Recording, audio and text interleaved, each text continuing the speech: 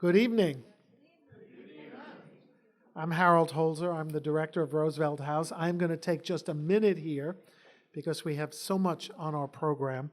The programs that you just got hot off the presses, for which apologies, but they're worth perusing because they list the details about our extraordinary group of participants tonight. We're very proud to welcome you to the home of Eleanor Roosevelt. I will give her top and soul billing tonight in honor of Audre Lorde, whose 85th birthday we are marking along with Black History Month here at Roosevelt House tonight. And it's extraordinary to have so many collaborators within the Hunter family this evening. And I just want to mention that aside from collaboration from the Provost's office and the President's office, and I do extend greetings from Jennifer Rabb, the President of Hunter College, who is so proud to remember always that Audre Lorde is part of the Hunter family forever. But we are participating here tonight with the collaboration of the LGBTQ Policy Center of Roosevelt House at Hunter College, Phenomenal Women at Roosevelt House, the Women and Gender Studies Department, the English Department, and the History Department. You'll hear more from those who are representing those areas. So welcome, enjoy this extraordinary evening, and now let me turn it over for the introductions to our programming curator, Bill Goldstein.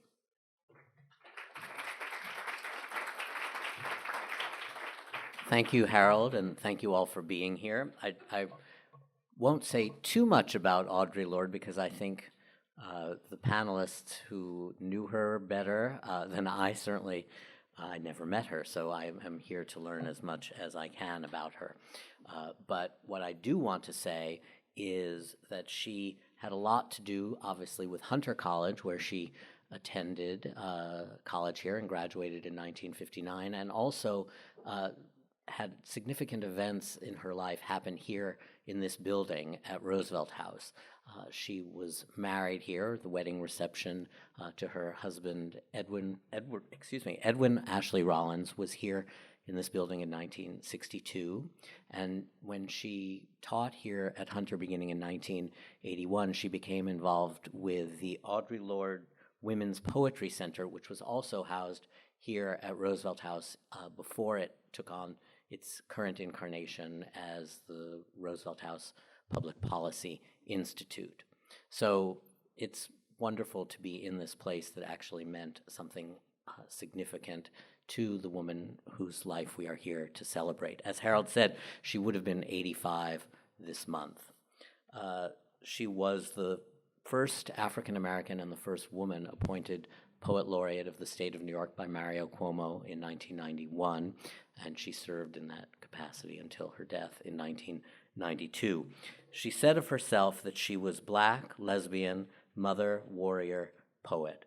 We hope this evening will confirm that there were few people ever as fully engaged with what it means to be human as Audre Lorde. So before I introduce Daniel Hurewitz, or turn the panel, over to Daniel Hurewitz, who is the Associate Professor of History here at Hunter, who will tell you about what we have planned and tell you about the participants. I want to introduce Charles Kaiser, who is the, I don't know why I'm so tongue-tied. I guess I've known Charlie for a long time, and I really get very emotional now that we're working together. But Charlie, excuse my diminutive nickname of him, but he calls me Billy, too. So anyway, Charles is the director of the LGBTQ Policy Center here at Roosevelt House, and he will say a few words about that center. And then, as I said, Daniel Hurewitz, who is Associate Professor of History, will take us in hand, and the panelists and the participants, and I think after, at the end of the evening, you'll have time for your questions, and then we'll have a reception, all in celebration of Audre Lorde in the month that would have been her 85th birthday. Charles.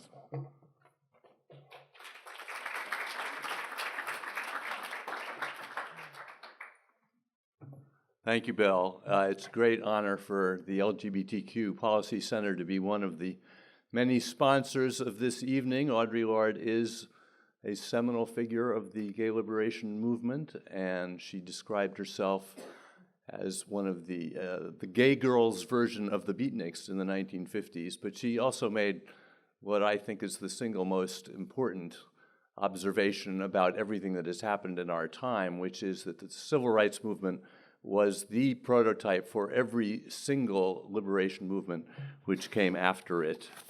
And because we are in the 50th anniversary year of the Stonewall Riot, which began the modern movement, we're trying to do as much as possible to remind us of how far we've come and how far we've yet to go. So on March 18th, I hope you'll all come back here for a panel about the passage of the New York City Civil Rights Law with Tom Duane and Ruth Messenger and others. It's going to be a look back at what was accomplished then and a look forward to everything that we have to do in the future. On April 16th, we'll have several different events, including a speech from Barney Frank, the great former congressman, in the evening. And on April 30th, we'll have the author, Peter Schinkel, who's written really an amazing book called Ike's Mystery Man, which is a biography of Dwight Eisenhower's closeted national security advisor at the heart of a gay love triangle in the White House, none of which was known until this book was published a few months before. So without further ado, I hand this over to Daniel for the rest of the evening. Thank you very much.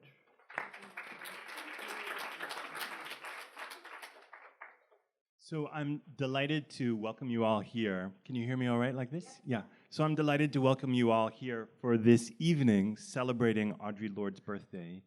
Our plan for the evening is really to have a kind of free-flowing conversation and thinking about Lorde as a poet, as a thinker, as a mentor, and as a friend. And I love that declaration of hers that Bill referred to, where she referred to herself as a Black woman, feminist, lesbian, mother, teacher, warrior, poet. I love how multifaceted that self-definition is. And I love that we're already connecting Lorde here to Hunter, because somehow that declaration feels to me so apt for Hunter. It's my secret dream that I'll share with you that Hunter renamed the lobby of the college the Audre Lorde Lobby. And maybe you'll join me in making that happen somehow. But I think something in that declaration of hers feels like it reflects something about what Hunter was in the middle of the 20th century, when it embraced the project, maybe similar to other women's colleges, because Hunter was then a women's college, of educating young women to be powerful teachers and warriors and poets. And I also think there's something in that declaration that is a reminder of how Hunter was perhaps unique among the women's colleges in bringing together so many women of richly different backgrounds, something it still continues to do, and how therefore Hunter kind of raised the question that Lorde kept forcing us to consider and answer, which was, how can we be different and yet be together?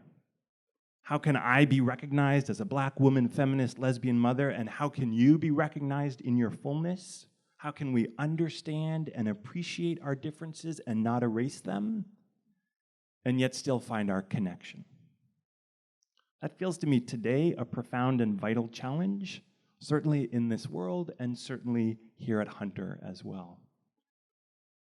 I'm delighted that we'll be able to have this conversation with this wonderful panel. I think the program you have makes clear to you that 3 members of the panel are sitting up here already, and 2 more will join us. The 3 up here beside me are our scholars, who, in addition to their scholarship, also have a personal abiding connection with Audre Lorde. Cheryl Clarke here in the middle is a poet, a scholar, and an academic activist who's written several books of poems, important essays on the politics of being a lesbian and homophobia in Black communities. She's working now on a festival about women writers, but she became friends with Audre Lorde in the 1970s and continues to identify herself as a scholar of Lorde. Here beside me is Blanche Cook, our distinguished professor, I shouldn't say our, John Jay's distinguished professor of history and women's studies. Her 3-volume study of Eleanor Roosevelt has made us see clearly, I think, Eleanor's independent importance, as well as how much her bonds with other women were central to the life she constructed. But before all of that, Blanche was an undergraduate here at Hunter College. She'll tell you exactly how long before. And it was there that she became close friends with Audre Lorde. And Jackie Brown, opposite me, Jacqueline Brown, is a professor of anthropology now here at Hunter. Her own scholarship focuses on shifting notions of racial identity and how sense of place intersects with that. She's written about Liverpool and about New York, but also before all of that, before she went off to the West Coast to get her PhD, she too was a student here at Hunter in the 1980s and studied with Audre Lorde. I'll just mention that we'll be joined a little bit later by readings from Donna Masini and Meagan Washington. Donna was also a student of Audre Lorde's, and to hear her tell it, Lorde basically bullied her into finishing her BA and becoming a poet. But Donna is now a professor here in the English department, teaching in the MFA Creative Writing program, and in the spirit of passing the baton or the torch, she'll introduce us to her own student, Meagan Washington, an alum of the program, who's now also teaching here at Hunter. So tonight we're tracing multiple generations of connection to Lorde and thinking about her influences across time and in different people's lives. I've just finished the bulk of the talking that I'm gonna do tonight. The rest, Bill just applauded, the rest of my role is to ask questions and maybe interrupt here and there with an eye on the clock. Some of my students are here tonight, and Raise your hand. no. Now you see what kind of a night it's going to be. And I want to start with Cheryl Clarke, our scholar of Lorde, because I think for some of our students, Audre Lorde is undiscovered territory. And so I was hoping that you might, Cheryl, start our conversation tonight by giving us a broader sense of her writing, her work, and its importance. And I hope each of you, when you speak, will pick up the mic and hold it up to your mouth. I thought we were supposed to start off with a poem by Audre. Please do. That's perfect. Okay. Right. Donna knows. Good evening, everyone. I'm very happy to be here. And it was a very tedious journey, but I was determined to make it. And I want to thank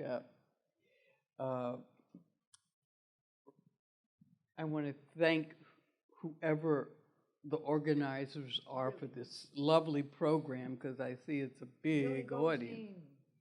Presente. Billy, oh, It's Billy. Billy, okay, Billy and Charles, for inviting me, and I'm very happy to be here. Any time to talk about Audre Lorde, and I'll start off with a poem from a land where other people live, which was nominated for a National Book Award for Poetry.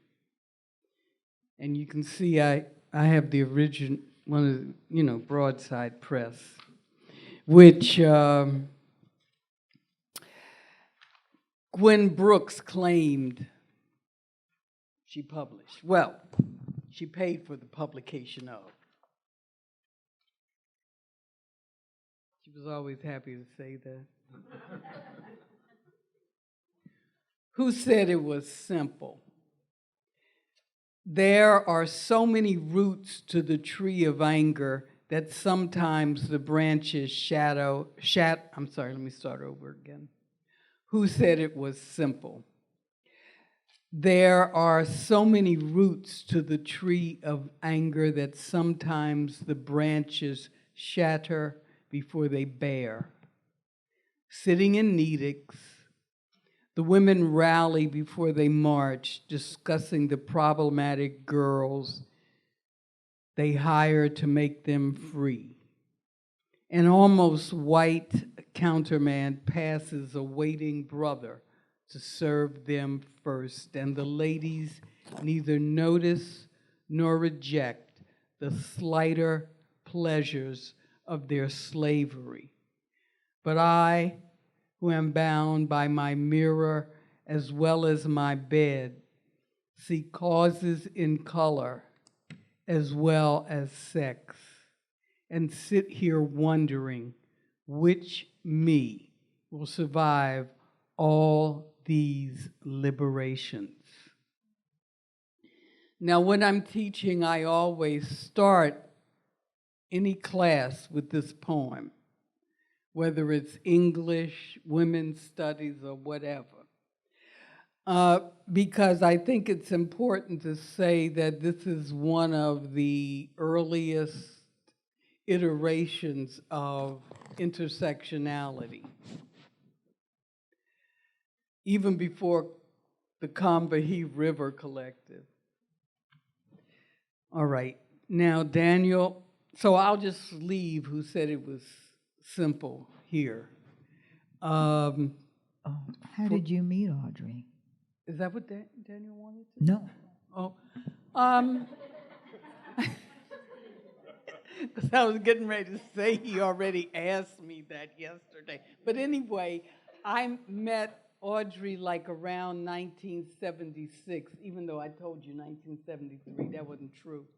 Around 1976, when I was dispatched to ask her to do a benefit reading or participate in a benefit reading for the political,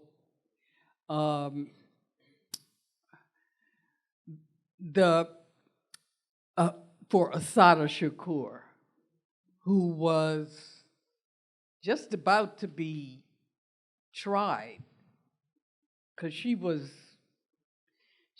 convicted in 1976. So Audrey was reading at Rutgers, where, you know, I was working, and I went up to her after she read, and, you know, she had a bevy of undergraduates surrounding her. And so I just said, Miss Lorde, and she said, yes.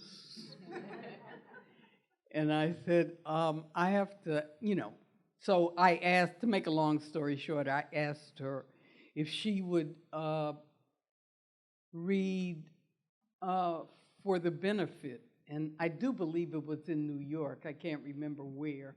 And she said yes, and asked me to call her later to give her more information. And I think that, I'm not sure if she had already written her poem on Assata at that point. And she did read along with, I think, June Jordan and Jane Cortez. So Cheryl, can I ask you then, there in 1976, how would you describe Audrey's reputation or stature whereby it made sense for you to go seek her out for an Assata Shakur event? Who was she to the world that they wanted you to bring her? Well, she had spoken in defense of Assata at a reading, and one of the people who was on, you know, our defense committee had heard her, and she said, go and ask Audre Lorde to read, because she, you know, she spoke up in support of Assata. I said, okay, fine, I will. You know, so she was well known. She was well known in the New York area. Well, she was well known, period, because, you know, she was a lesbian. So then let me back us up. That's why. Just because we just jumped ahead a little in our timeline, and as a historian, I want to go chronologically, and I want to come back then to Blanche. As I mentioned, Blanche, you and Audrey were students here at Hunter in the 1950s. There, you said it first. Yeah, I did. It's okay. When Hunter, I was 2 at the time. thank you. When Hunter was a women's college, Yeah. and I've heard you say that out of your friendship, you two became part of an extended family together. But can you tell us how you became friends as undergraduates and what drew you together? Audrey was the editor of the student paper, Arrow, and I was president of the student government. And so we did a lot of wonderful things together and became very close. Audrey was my first lover. And we were close evermore. And there was a community. Let me just say that Audrey was part of a really important community. I mean, there are people who ask me if I was a beatnik, and of course I'm too old to be a beatnik.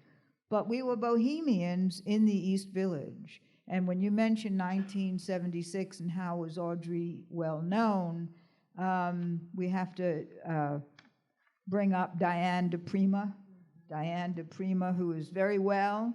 And let me just say, Lost and Found at the Graduate Center has been reprinting incredibly lost and found wonderful things of Diane DePrima, and Diane is well in California. She's recovered, and she's writing again, which is really thrilling. But Diane was her first publisher. Diane said, "Look at all these wonderful poems. They have to be a book."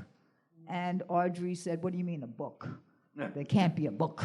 And Audrey was hesitant, but Diane insisted, and Diane published her first book in 1967. But that was the beginning of, you know, all of the publications and this great movement. And Audrey was then a teacher also. Yes, And so I just, can I interrupt for a second? My understanding is she had started to teach at City College Yes. and was part of the Seek program there, right. but that you were at John Jay and somehow managed to recruit Audrey over to John Jay. Yes. Where the two of you taught the first women's studies class together. Which is truly amazing. And right in this room is Sandy Cooper, and all of us got our, I got my job at John Jay through Sandy Cooper, whose husband was John Cammett, the dean. And also that's how Audrey got.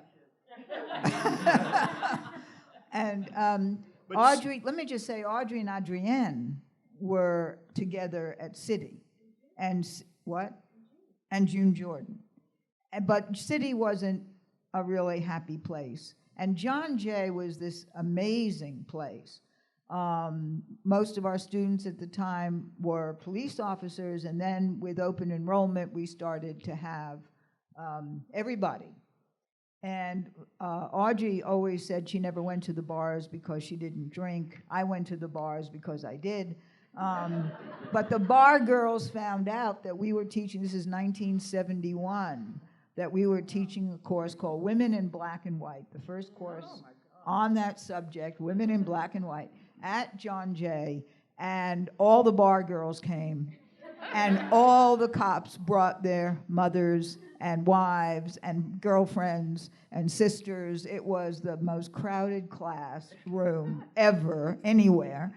And we had a lot of fun. It was an amazing time, 1971. I feel like I've heard you say that the students put you and Audrey a little bit under the microscope as well. Yes, well, you know, when do you come out in this homophobic world, and that there is at Hunter an LGBT, how many letters do you use, QI, that would make Audrey very happy. We were all in the closet. So Audrey and I posed as, I don't know.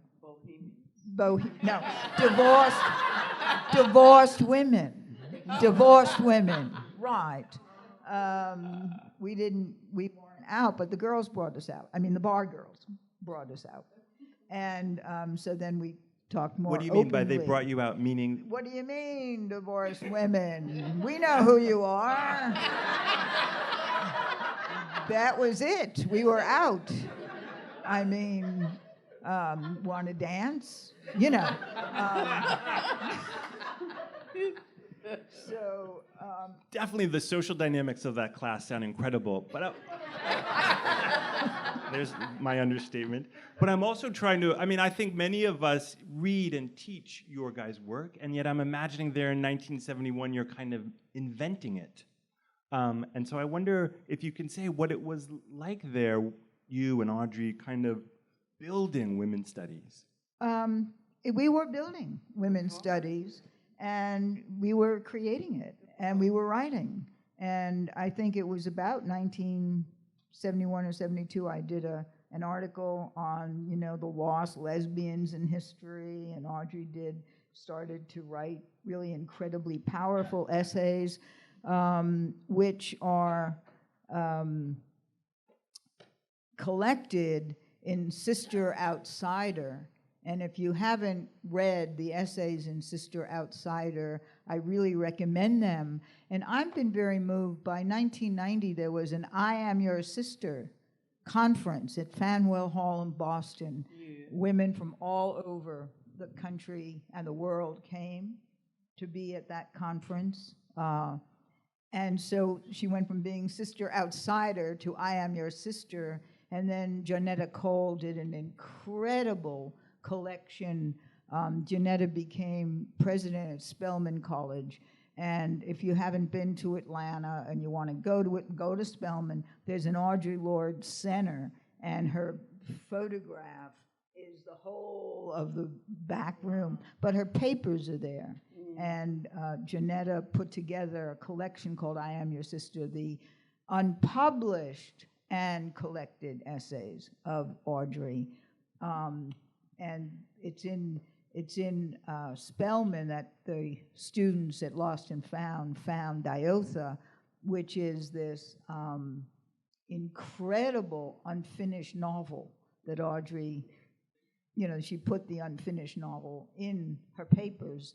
And it's an incredible history of John Jay, where you can see how really bigoted and embattled the Black Studies and Puerto Rican Studies department was. They didn't want this lesbian in the department.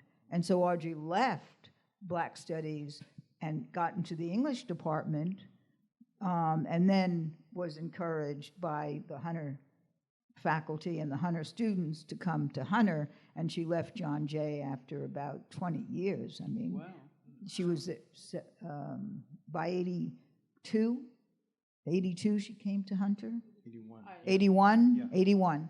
So she was at Hunter from 71 to 81. At John Jay. At John Jay. Yeah. And then to Hunter, and really had a much happier time at Hunter. But it was really, she wasn't really welcomed by the faculty very much at Hunter. Barbara Welter met her and, escorted her around and introduced her to people, but it was really not an easy entrance even at Hunter.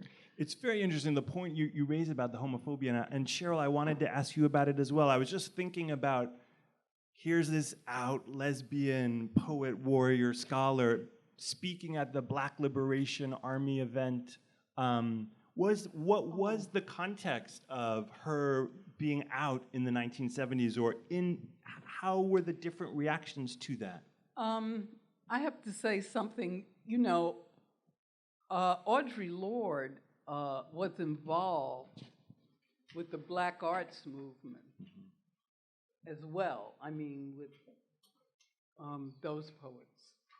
And she has a poem in Tony Cade's The Black Woman. Tony Cade is another person that was at City or in the SEEK program. And Audre Lorde has a very lovely poem to her in, A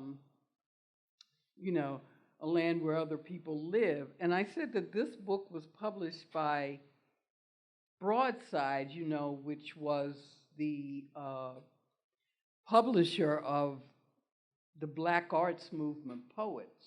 All of them came through Dudley Randall. And interestingly enough, Alexis DeVoe talks about the poem that Dudley Randall asked Audre not to include. You know the poem, Donna. It was, it's in Chosen Poems, but Can you describe the poem even if you can't name it?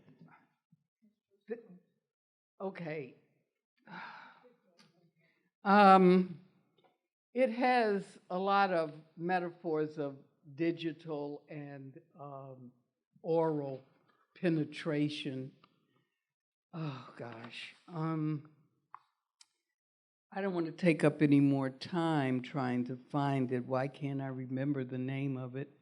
But so in a way you're saying that Audre was navigating some similar kind of homophobia to what Blanche is describing at John Jay, even there.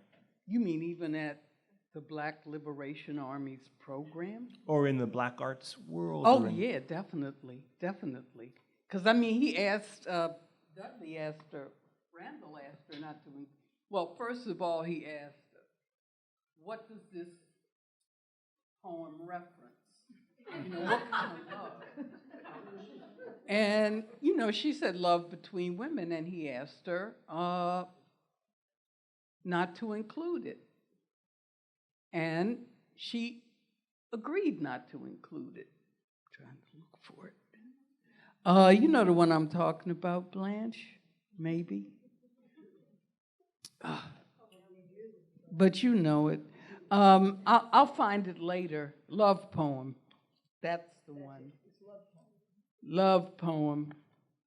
Speak, earth, and bless me with what is richest. Make sky flow. Make sky flow. I lost my place now. Make sky flow, honey, out of my hips, rigid as mountains, spread over a valley, carved out by the mouth of rain. And I knew when I entered her, I was high wind in her forest's hollow, fingers whispering sound, honey flowed from the split cup. Well, you get. I can't believe he had to ask what that was about. You get it. So, yes, she had a problem with the masculinism of the black arts movement and the homophobia, but the sexism and heterosexism of the black arts movement. And she moved over to feminism and lesbianism, which was good for us. I just want to Please, Jackie, yeah. Can you? I hate microphones. I just want to go back to the point about her time at John Jay. I think that she was very disturbed in her later time at John Jay because she realized the contradiction of the fact that police were killing young black children with impunity, and she was teaching police officers. And so that very famous and one of her most powerful poems, it is Power, which is about the killing of a black boy of about 10 years old and the acquittal of the police officers. And in Sister Outsider, there's an interview or conversation between Audre and Adrienne Rich in which she discusses this growing sense that she could not survive there anymore. She could not teach at John Jay anymore, knowing that she was teaching to future police officers. That's great. Well, Jackie, maybe you can tell us, because it's, as Blanche was saying, after Audre left John Jay, that she arrived here at Hunter, that Donna Shalala, I think, basically set up a position for her. The Thomas Hunter Chair was, yeah. And she became a central member of the faculty here. And Jackie, I don't know, when you enrolled at Hunter, I know that you graduated as majoring in anthropology and maybe got even special honors in anthropology, and yet somehow you ended up in a class with Audre Lorde about writing poetry. And so I wonder, how did that happen? I do not know. Well, Hunter College was a really vibrant place in the 80s. I got there in 1983, and I, fell in with the wrong crowd of women who were, I think some of them are here tonight. There was the Returning Women Collective. Raise your hand. There were just a group of powerful women who were a little older than normative sort of college age. And it was a really wonderful time to be at Hunter because there was a lot of activism. And I barely went to Hunter to go to classes. I went because I was in 4 clubs and I was in student government, and I knew through these dynamic women that I became friends with of Audre Lorde. And Audre would speak very often. She would give poetry readings. It was not unusual to have Audre giving a reading. And I was a student of Genetic Holes. And so I understood that Audre, it was now the fall of 1986, and I understood that Audre would be giving a poetry workshop for women of color. And I don't know how she quite got away with doing that. She must have called it something else. Because you had to interview to get into the class, which I did. And if I were the person I am now, I would have never had the nerve to go have an interview with Audre Lorde to get into her poetry workshop. But I did, and it was a one-on-one interview. And I didn't know what she wanted to hear, but I just told her the truth, which was that I had some issues and some, there was a side of me that was not being nurtured by my academic sort of pursuits. And I wanted to pursue those through another kind of creative medium than academic writing and poetry. I've always been curious about poetry. And so she let me in. And it was a small class. It was about 8 people or so, 8 women in the class. And the class actually features in the film by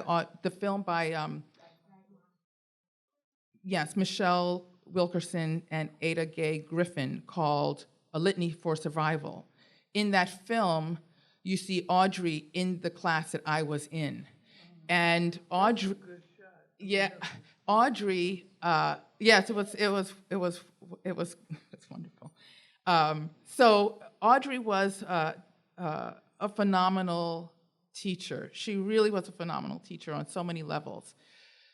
First, because poetry is not a luxury, and she taught the class from that perspective. And so on the one hand, she really wanted to teach you the technical aspect of poetry.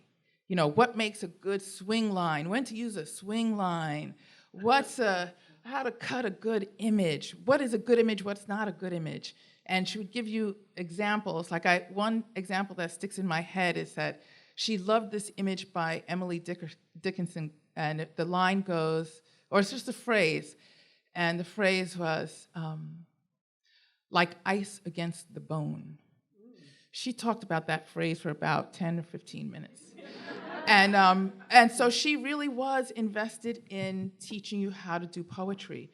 But she did not do that without also dealing with you and your humanity and what brought you to poetry.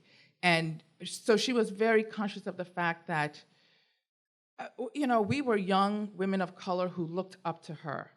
And she knew our vulnerabilities, and she created this classroom as a space where we could express those without fear and without judgment. And that she, her goal was to get us to transform that pain into art, and that mattered. And that poetry is not a luxury. So it was quite often when she would, she could be a tad dramatic, and but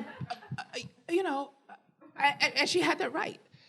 At one point in one class, the class met on the 17th floor or something like that on the West Building in a little seminar room, and there, because Hunter was always a very vibrant place.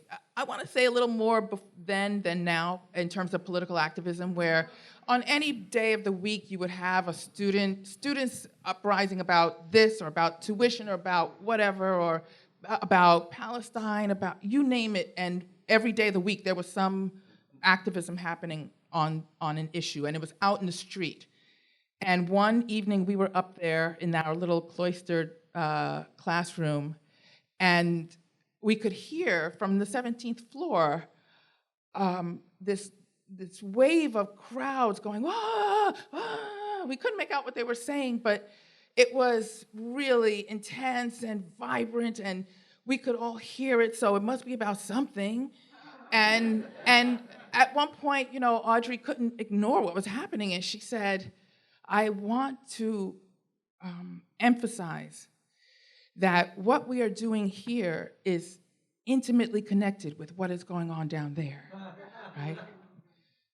As it turned out, the next week in class, Audre came back to that, and she said that she found out what all of that was about. And what it was about was that the Mets were playing in the in the World Series, and there used to be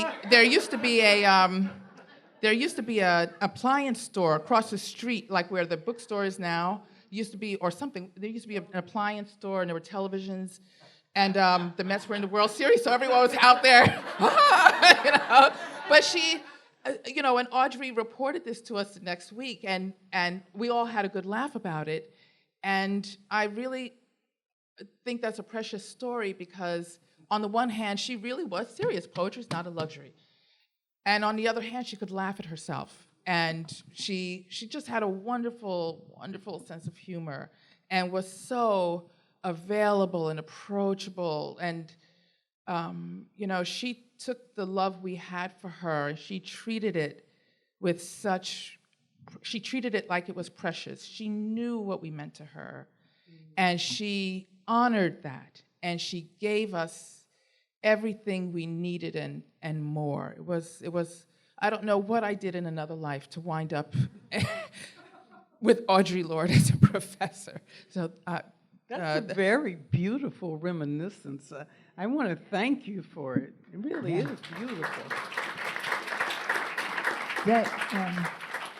I want to be academic and say there's a wonderful essay that Audre wrote, Teacher as Student. Everybody who teaches is always learning, teacher as student as human. That really captures her vision of what it was that she was doing. And it's in that essay that she really makes these connections. How do you do it? And it was her connection to every one of her students. Who are you? Who am I? Who is the teacher? Who is the student? We are together. And it's a great essay. Thank you so much. Cheryl, did you want to respond also? I was thinking especially about this, about poetry not being a luxury, and in the broader sense of the political power of the artist. I wonder, Cheryl, if you wanted to add something there? Well, of course. Let me just read something from Toni Morrison.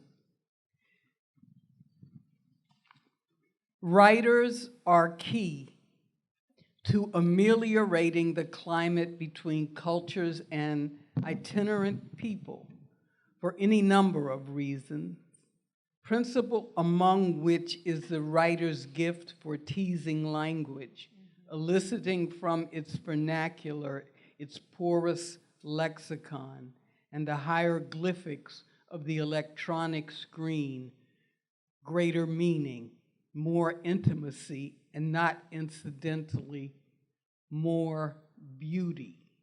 So Audre Lorde, as an old friend of mine who recently died, Linda Powell, said, she used to call Audre Mother.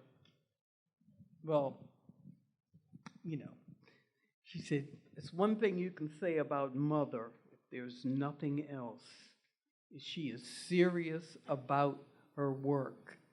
And she was serious about putting herself in the world as a writer because of her belief in how writing can change the world, and writers can change the world. And she saw it as her responsibility and her work up until the end of her life.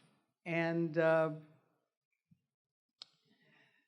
so that's, I guess that's the question you were asking me. I don't know if I answered it. I wonder if I could bring in some of her private life that really built on her public life. I gave a talk about troublemakers and social justice yesterday, and Audre Lorde, troublemaker. And people were stunned that Audre married Edwin Ashley Rollins, a white man. Why did she marry a white man? And that takes away, the real question is, who is Ed? And they were very close. And why were they very close? Because he was an attorney, who gave his whole life for justice, and was very supportive of Audre. And there's a moment in her interview with Adrienne Rich in which he gets a phone call. He picks up the phone, and it's Galen Williams inviting Audre to Tougaloo to run a poetry center in a year. And Audre hesitates. Does she want to go to Mississippi? Does she want to go to Tougaloo? And it's Ed who says, of course, you have to go. You must go. This is really important. And it's at Tougaloo that she meets Frances Clayton, and that's another story. But it's Ed and Frances who are essentially the parents, the primary parents of Jonathan and Elizabeth, because Audrey's traveling around the world doing all the things Audrey's doing. And so there is this really incredible community. And Audre writes, there's one article thinking about the 60s from the 80s. And I really urge everybody to read that article, because it's really about the racism and the greed and the classism and all the things we know about, the sexism and the but reading it today, in the 21st century, the 60s, the 80s, here we are. So I just wanted to. That's great. I want to invite Donna and Meagan up for a minute. Before I do, Jackie, I just wanted to come back to you and think you spoke so beautifully about Audre as a teacher. And so I want us to shift into thinking about that kind of teacherly legacy. And so I wonder if you, as a professor now at Hunter, I think about when I'm teaching, the material I'm trying to convey. But I also feel like, as you're describing Audre, we're there in the room, and that's a thing of significance or a thing that students make meaning out of, whether good or bad. So I just wonder if, as you're teaching, there's a way in which you're thinking or trying to embody something for your students that you feel like you're bringing through something that Audre Lorde shared with you. Well, I would say two things. One thing is that I recognize the kind of look that especially Black women give to me in the classroom. That is a look that is it's undescribable sometimes, and it can be intimidating, because it's like they're looking at you with admiration and with gratitude, and they can't wait to hear what the hell you're going to say now. And there's a love that I feel quite often when I see my Black women students in particular. But it's not only the Black women, but it's also the students who feel like they are being that they're being educated in a way that they didn't expect, or that they hadn't experienced before, or they're being exposed to certain ideas, and they you can see them turn on. And so I try to give them the love that Audre gave me. So that's one thing. I try to bring Audre's spirit forward and make Audre live in that kind of way. And the other thing is that I teach one class in particular where Audre's work comes in as a crescendo. And it's an anthropology class that is mistitled. I didn't create the title, but it's mistitled Cultural Diversity in the United States. And I teach it as a course on racialization and resistance. And so throughout the course, it is all about that. It is we learn about racism and how it is formed historically, and then we look at how people have resisted it. And I always want to empower the students, just like Audre was always about empowering us. She was about giving us the voice and the space to speak our pain, but it was also about the use of the word to fight back. And so I use Audre's words at the end of this class, and it's like the last thing we read. And the piece is, the master's tools will never dismantle the master's house, because I want students to recognize that the forces of divide and rule are everywhere. And this is what students and the rest of us are just lapping up on a daily basis, is that the enemy is those Mexicans or those Muslims or those people who are not like us. And Audre's essay gives us the inspiration and the tools to recognize that our differences are a resource for empowerment, not for division. And so I also just want to keep Audre's important message going. And so there's no other way to do that really than to talk about her. I show a film clip of her, and I teach, the master's tools will never dismantle the master's house. And so that's how I do it. And I do want to read a poem of hers. But this poem, there's a story that goes to the poem. This is my favorite Audre Lorde poem, and I love it for 100 reasons.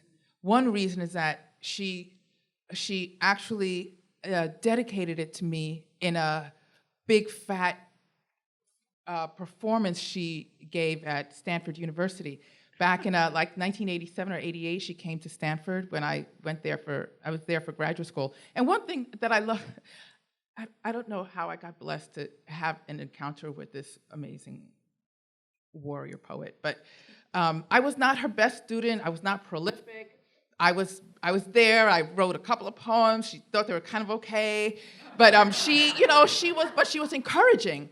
And she, in one of her books, she signed one of her books to me, saying, "To Jackie, whose words grow in power."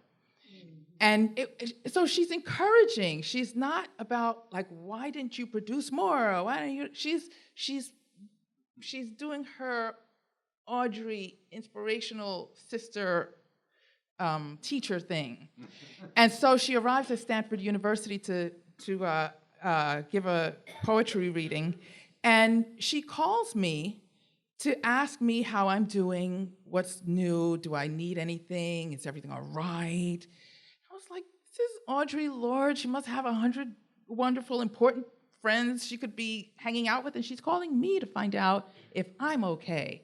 So I was like, oh God. And in that conversation, I mentioned to her that a friend of mine had taken up a poetry course, and that he had been assigned to commit one of her poems to memory, and that he chose the poem Coal.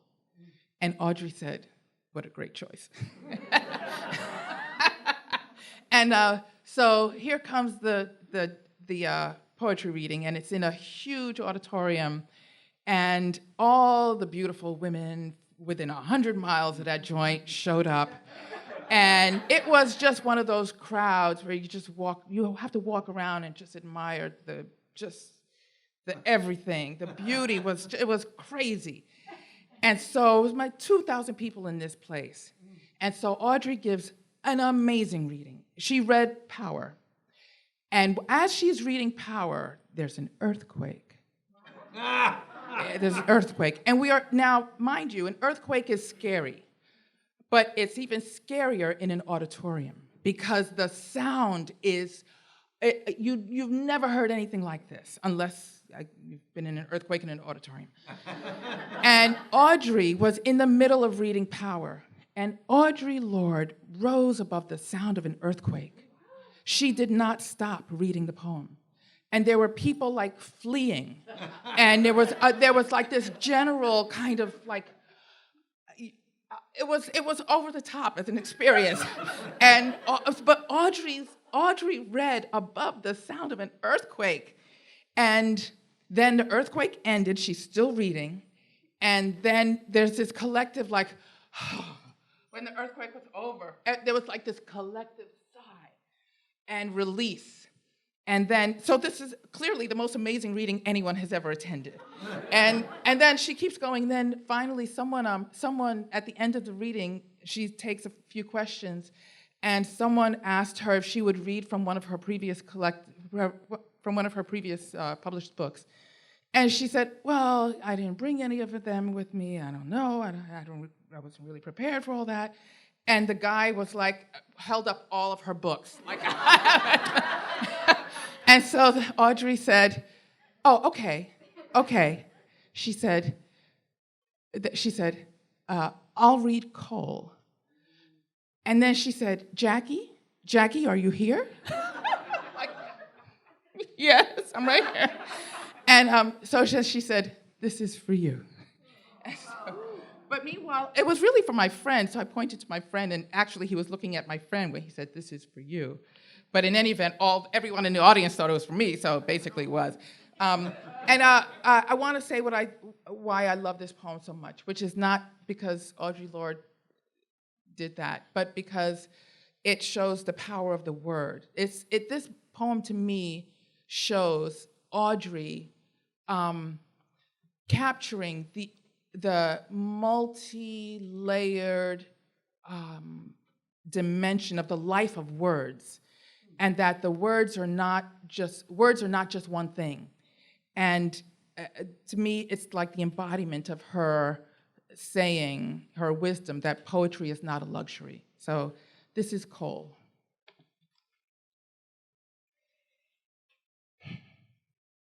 I is the total black being spoken from the earth's inside.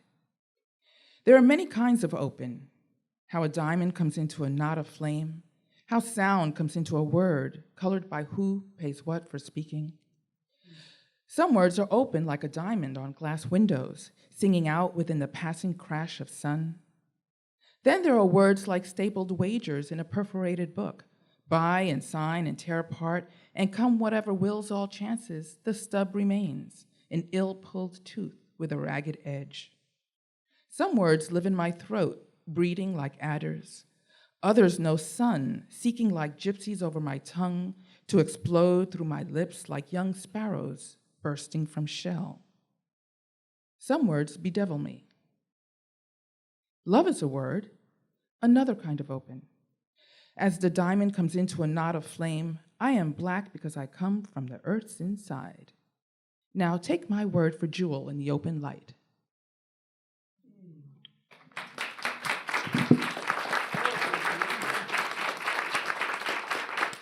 All right, I'd like to invite Donna Masini, who is a professor in our English department here at Hunter, a poet herself, a novelist, and a student like Jackie in the 1980s of Audre Lorde's. And she will then, she'll talk to us and read to us for a minute, and then introduce her own student, Meagan Washington. Hello. It is so good. Hello, Cheryl. You know what? I want to say something. When we invaded Grenada, this isn't the reading I was thinking of. When we invaded Grenada, simultaneously, that night, Audre had a reading. She was giving a reading. I don't remember where it was, but it was huge. It was packed. And U.S. invaded Grenada that day. And Audre walked in, and the entire audience stood up and cheered, and we're waiting for her. Like, I don't know what we wanted her to do. I mean, she came from Kariakou, right? And I don't know what we expected, but she embodied so much of we didn't even know what to do with all of that. And that wasn't what I was going to say. When I looked at Cheryl, I was going to say one important reading that Audre was going to give, she had to cancel. And Cheryl was asked to get up and read for Audre. Do you remember this? And Cheryl got up, she put her glasses on, and she was like, hello? And she did it. She read as Audre. I will say, okay, so I want to say a few things. To say that Audre Lorde changed my life, to say that Rosette? Oh my God. To say that without Audre, I wouldn't be standing here would be, I think, to put me in the company with not only many people in this room, but a lot of people in the world, whether they knew Audre or not. Audre was my teacher, and I want to give you like a tiny telescoped memory of Audre.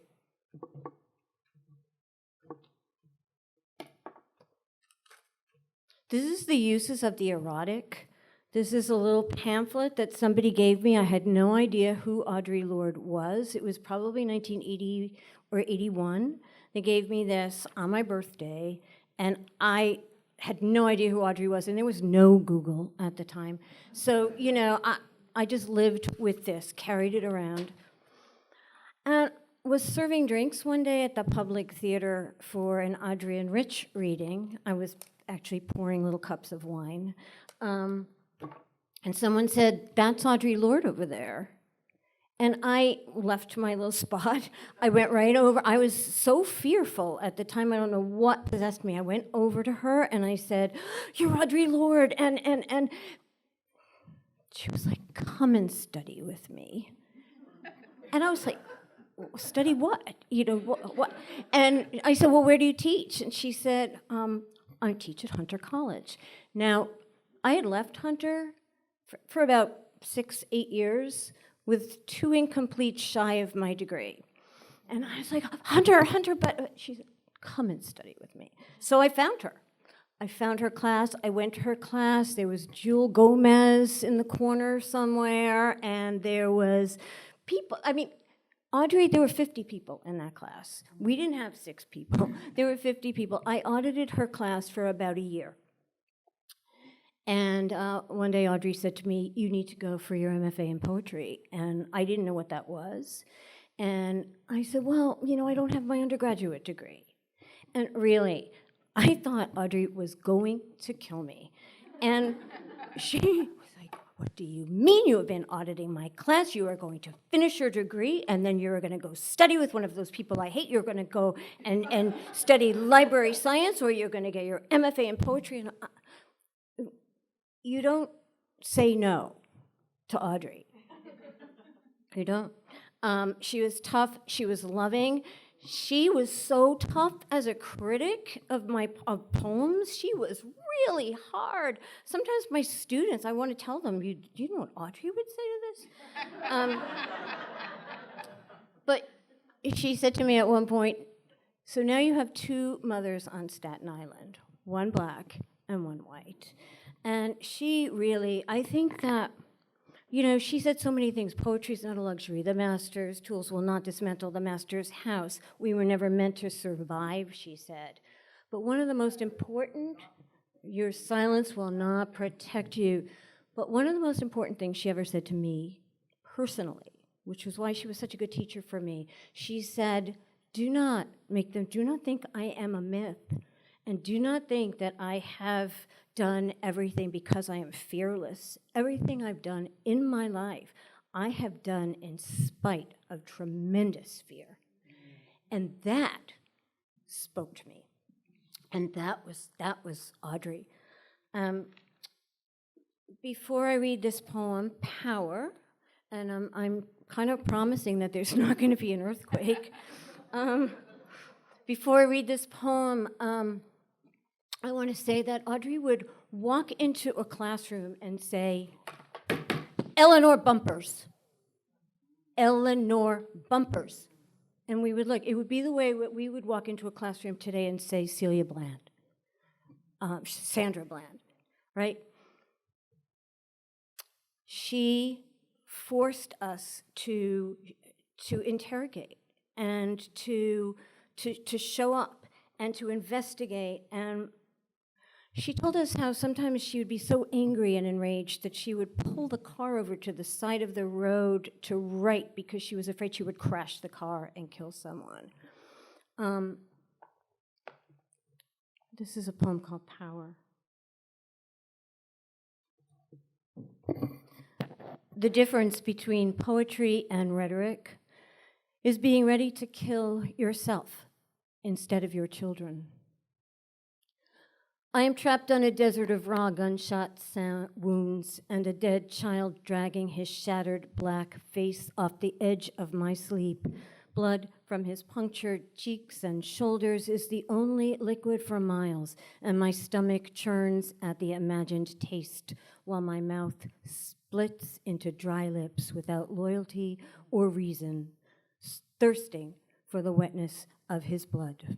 As it sinks into the whiteness of the desert where I am lost without imagery or magic, trying to make power out of hatred and destruction, trying to heal my dying son with kisses, only the sun will bleach his bones quicker. The policeman who shot down a 10-year-old in Queens stood over the boy with his cop shoes in childish blood, and a voice said, "Die, you little motherfucker." And there are tapes to prove that. At his trial, this policeman said in his own defense, "I didn't notice the size or nothing else, only the color." And there are tapes to prove that, too.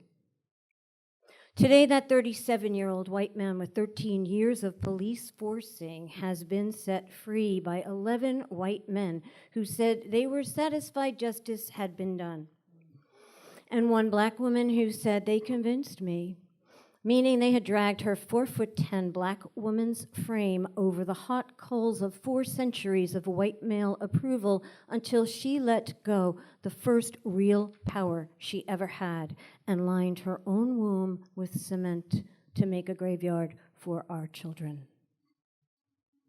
I have not been able to touch the destruction within me, but unless I learn to use the difference between poetry and rhetoric, my power too will run corrupt as poisonous mold, or lie limp and useless as an unconnected wire. And one day I will take my teenaged plug and connect it to the nearest socket, raping an 85-year-old white woman who is somebody's mother. And as I beat her senseless and set a torch to her bed, a Greek chorus will be singing in 3/4 time. Poor thing, she never hurt a soul. What beasts they are.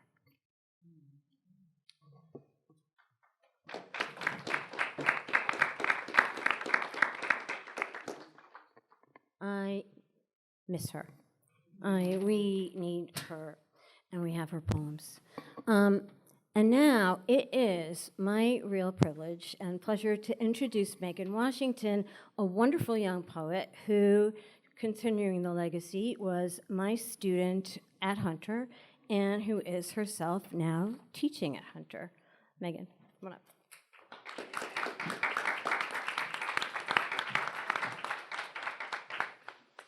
Good evening. What great erotic joy it has been to listen to all of these women talk about Audre Lorde. And if you're feeling FOMO the same way I am, FOMO, the fear of missing out, Audre Lorde says that the power of the erotic is not only in the physical, but in the psychic, the emotional, and the intellectual. And so you can find comfort in her words, her poems, her essays, her speeches, as everyone has said tonight. my psychic lineage and emotional and intellectual lineage to Audre Lorde is all due to Donna. We had a moment in her office during advising where I was really stuck writing during my undergraduate program, and Donna pulled out a picture of Audre Lorde and a postcard that Audre Lorde had written to her. And she read the postcard, and we sat for 1 minute in silence just thinking about what Audre Lorde would do.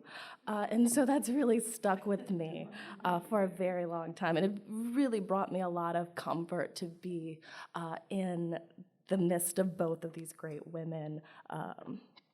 And in my undergraduate class, my 120 course, the very first course, I teach Audre Lorde's Age, Sex, and Race, Redefining Women's Difference, to freshmen who are just like, this is a lot.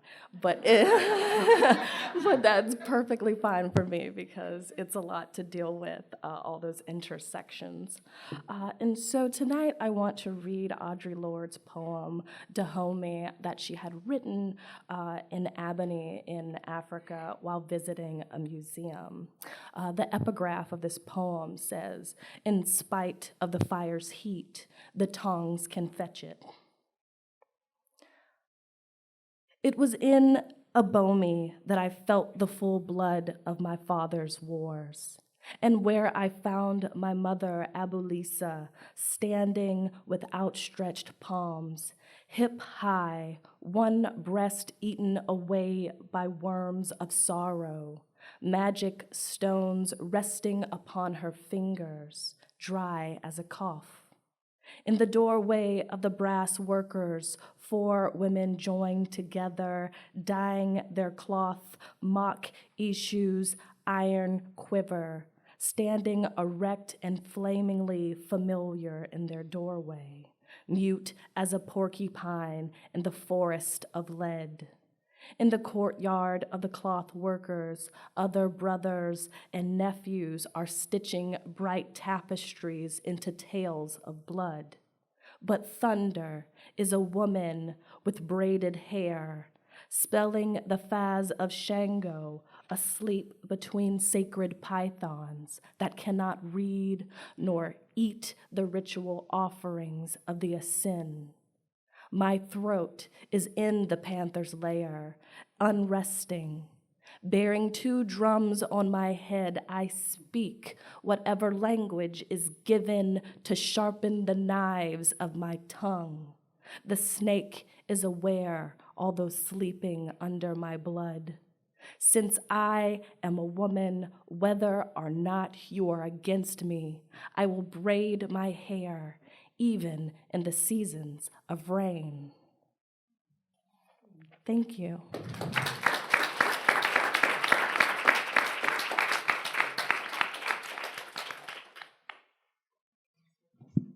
Cheryl, you said to me on the phone, and it's time for us to wrap up here.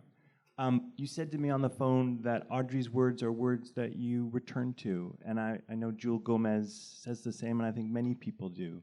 And so just as we conclude here, Jackie's told us so beautifully about how she has Audre's spirit in mind when she's teaching, and I just wonder for you, Cheryl, or for you, Blanche, if there's some way you would say in a sentence or two where you feel like Audre's legacy resides with you.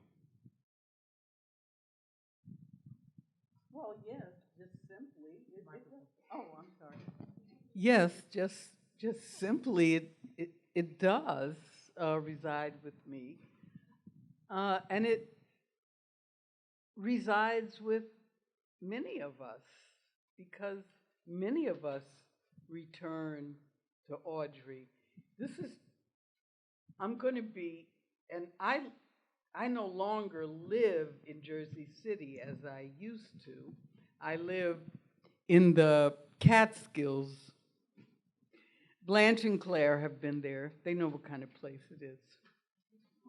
It's wonderful. And you're there. Yes, I'm there. And your bookstore is there. Yes. And your festival is there. And most importantly, my partner is there. But Barbara's there. But anyway, there is this arts group near us, and they do these community book discussions. And they happened to ask me if I wanted to conduct one because we get money from them. And so I said, sure. And so they said, here are the choices. You can choose whichever one you want. And one of them was, your silence will not protect you. The work of Audre Lorde. I couldn't believe it. And I went to the website and they had all of her books. And so I said, yes, this is the one I want to, this is the one I'll do. And so I'm supposed to start to do, so this is an example of how integrated her work is in the culture, I think. You know, we all keep going back to her. And as I've said many times, and I'll wrap up now, she is one of the most exquisite poets of the 20th century. I can't think of any poet like her, except maybe Langston Hughes, and he wasn't as expansive or as compressed. But you know, she's one of the most exquisite poets. So that's why she stays with me. I just want to say Audre had global reach. And if you think of her impact on the Afro-German community and Dagmar Schultz's wonderful film, The Berlin Years, her global reach as an activist is really what all of us take. It's not just our silence will not protect us. It is what are we going to do to connect with each other so that the monsters, the greed heads, the bigots are finally vanquished. And that global activism is, I mean, if you think about Angela Davis, when Angela Davis was asked by folks at the University of Kentucky in Louisville if there could be an Angela Davis college, she said, don't be ridiculous. A chair, she said, don't be ridiculous. It should be an Audre Lorde chair. The Audre Lorde chair at Louisville for activism, thanks to Angela Davis and the folks in Louisville. So that global message, which all of us inherit, hey, hearts open, fists high, shoulder to shoulder, into the future, we do our battles now. Let's thank our panelists. Jackie, Cheryl, Blanche, Donna, and Meagan, thank you for this evening and sharing your reflections with us.